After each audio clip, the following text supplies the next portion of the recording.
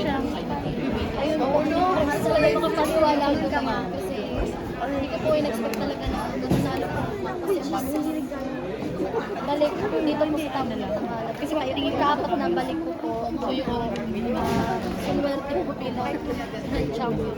So, pa-share naman ang journey. 4 times kang bumalik. Ibig sabihin, Maraming beses po kong bumalik. Una year 2017, tapos 2020, 2021, at ito po ngayon po pang-apat. ba't hindi ka pinanghinaan ng gamot?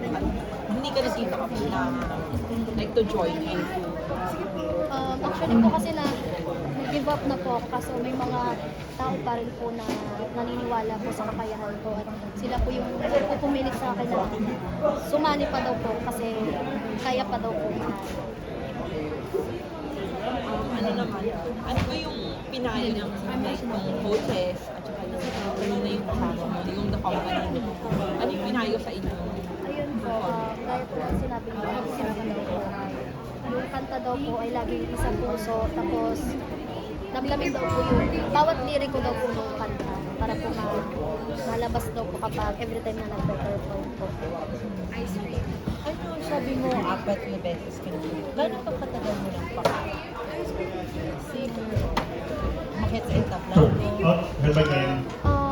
Simula bata pa lang po talaga ako, pangarap ko na po talaga makapag-perform or makita po dito po sa national television. Kaya po, ang sarap po sa pakiramdam na ito po, yung narating ko ngayon, hanggang ngayon talaga hindi pa po talaga ako makapaniwala. Ma'am, ano nasabi niyo, no, 4 beses kayong bumalik? Ano yung sinasabi niyo sa sarili mo? Nung bumalik ka na dito, parang ano yung motivation mo? Siyempre, gusto mo nang sumuko. Ano yung sinasabi mo sa sarili mo? Kailangan ko, ano yung drive mo? Parang gawin ulit. Nauunahan po ko ng negative po sa sarili ko. Ang sabi ko na lang po, ganun na naman po, sasali dito sa contest, tapos matatalo din. Pero po nandyan po yung pamilya ko na papatatag po talaga ng loob ko. Ano na lang, ma'am, last question na lang sa akin. Tuwing bumabalik ka ba dito rin, parang tumatatag din yung loob mo na kahit pa paano, wala kang regrets na manalo ka pang 4 na beses dahil may mga natutulang ka naman ng unang 3 beses. Opo, wala pong pagsisisi kahit nakailang balik na po. At lagi ko pong binabaon po yun. Every time po bumabalik po ako dito sa tawag ng tanong. Ano sa tingin mo yung nag-change? Kung bakit sa tingin mo etong chance naman na to yung kinapanalo? Bigla po akong ginanahan ng loob. Ayun nga po, yung mga tao po na naniniwala sa akin, na sumusuporta. Yung pamilya ko po, ayun, number 1 po yun. Lagi po nilang pinapatatag po yung loob ko. Last na lang, etong nanalo ka na, nagtingin mo, paano ito mababago yung buhay mo ngayon o yung mindset mo? O paano ka nito mababago? Siguro po, sobrang laki po ng pagbabago nito kasi yung pamilya ko po ay hindi naman po talaga kumbaga may kaya po. Kaya ito po ang laki po itong napanalunan ko. Gagamitin ko po ito para sa pamilya ko po. Hinaanay mo rin ba yung pamilya sa pamilya? Yes, para po sa pamilya. Sa pagkapanalo mo, sino yung mga gusto mong like maka-collab in the future if ever given a chance? Ang gusto ko po makakolab kung sakali po ang mga idol ko po na si Miss Regine, Miss Maricel, sila Miss Clarice, lahat po ng artist ko dito sa ABS-CBN po. Sobrang pangarap ko na makapanood sa kanila. Last question na lang, may message ka na lang ba sa mga tulad mo? Siyempre, minsan di ba tayo lagi nagtatagumpay? Gano'n ba kahalaga sa pagkapanalo mo? Yung perseverance o yung hindi ka lang susunod? Ayan, sa mga katulad ko na paulit-ulit na bumabalik, try lang ng try kasi marami pang pagkakataon. Hindi pa naman huli ang lahat. Ayan, basta gawin nyo lang lagi yung best nyo. Thank you. Thank you. Hi, ako yung from Push. Tapos, Ito lang po. Ano yung kanina nung i-announce yung pangalan, since dalawa na lang kayo nila yung list na natira, ano yung tumatakbo sa isip mo? Ano yung reaction mo na ito na yun, nandito na kayong dalawa natitira? Parang ano yung sobrang lutang na ako. Hindi ko talaga alam kung ano na nangyayari sa paligid ko. Pero ang nasa isip ko na lang kung anong kinalabasan ng resulta. Sobrang laking pasalamat po talaga. Ano yung unang bagay na pumasok sa isip mo, yung narinig mo yung pangalan? Sobrang sarap sa pakiramdam.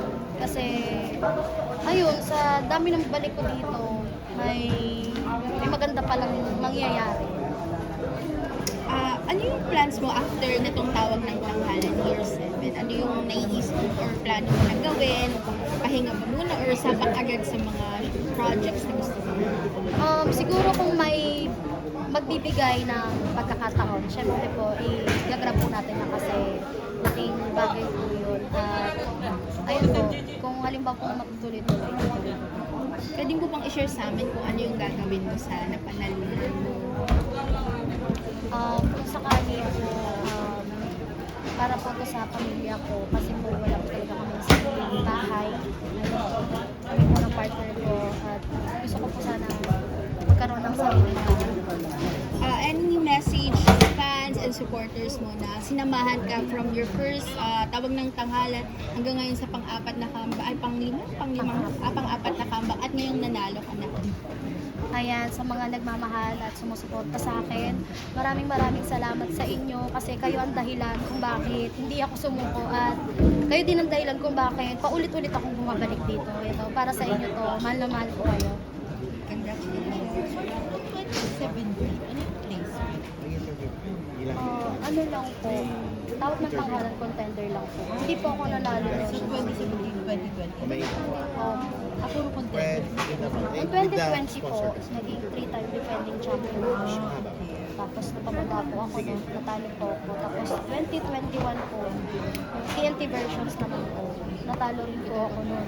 At ito po yung pang-apat po. Pero what made you still push to joining the contest? Parang ano yung naging motivation mo para sumali ulit? Yung pamilya ko. Sila lang naman lagi nagpapalakas ng loob. Tsaka, ang sarap lang sa pakiramdam na nagpe-perform ka sa harap ng maraming tao. Yun lang talaga. Plano mo bang, sorry, ano yung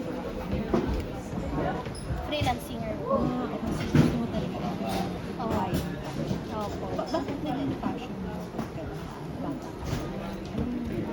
Sa videokes? Opo.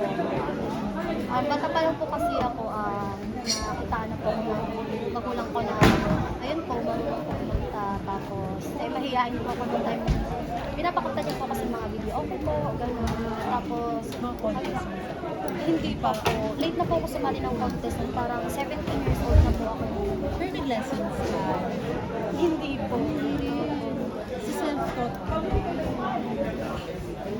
Last one, with this, parang ano yung mga, meron ka bang parang message or inspiration para ano yung mga feature mong gustong gawin sa music mo?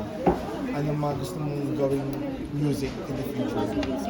Genre? Genre, ano yung music? Siguro po, ang gusto kong gawing music ay mga ballad. Yung banda? Saan po ako nakilala po ng tao. Yun po. Thank you so much. Congratulations. Salamat.